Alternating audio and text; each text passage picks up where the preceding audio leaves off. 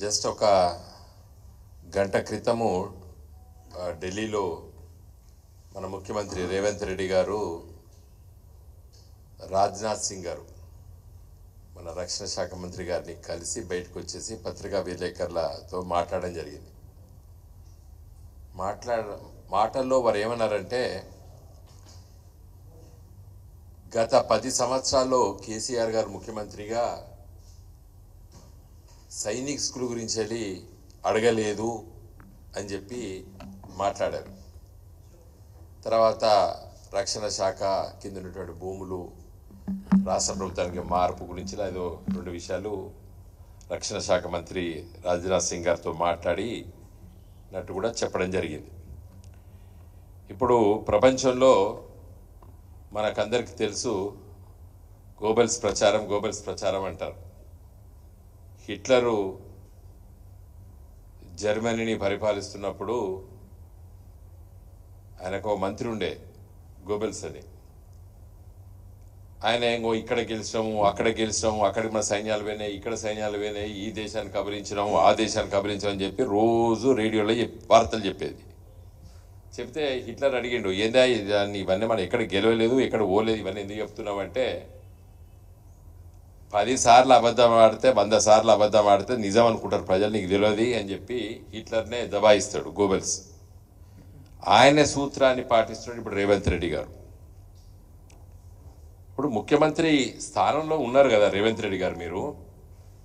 మీరే ఒకసారి ఎక్కడో అన్నారు, ఈ వినోద్ కుమారు ఈ సైనిక్ స్కూల్ గురించి వెళ్ళి లేఖలు రాసిండు, ఆయన ముఖ్యమంత్రి పట్టించుకోకపోతే నేం బీకిండు అన్నట్టు ఏదో అట్లాంటి మాట ఏదో మాట్లాడాడు నా మీదనే.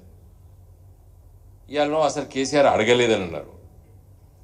ఇప్పుడు ప్రభుత్వాలు, ముఖ్యమంత్రులు, మంత్రులు, ఎమ్మెల్యేలు, ఎంపీలు మారుతారు, కానీ ప్రభుత్వం అనేది ఎల్లప్పుడూ కొనసాగుతుంది.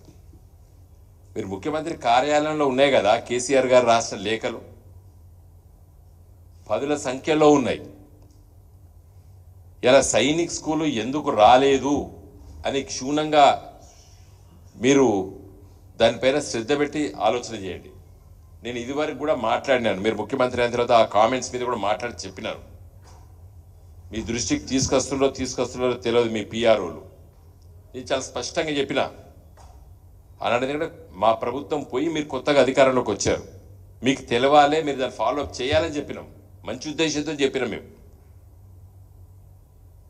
ఇప్పుడు సైనిక్ స్కూలు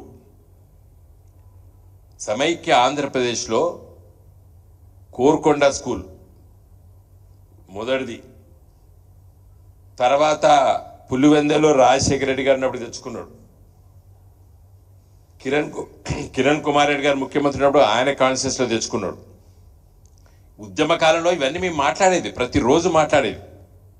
2014లో నేను ఎంపీ అయిన తర్వాత కడియం శ్రీయర్ గారు ఇప్పుడు మీ పార్టీలో జాయిన్ అయ్యాడు, మొన్న మా పార్టీలో గెలిచి మీ పార్టీలో జాయిన్ అయ్యారు.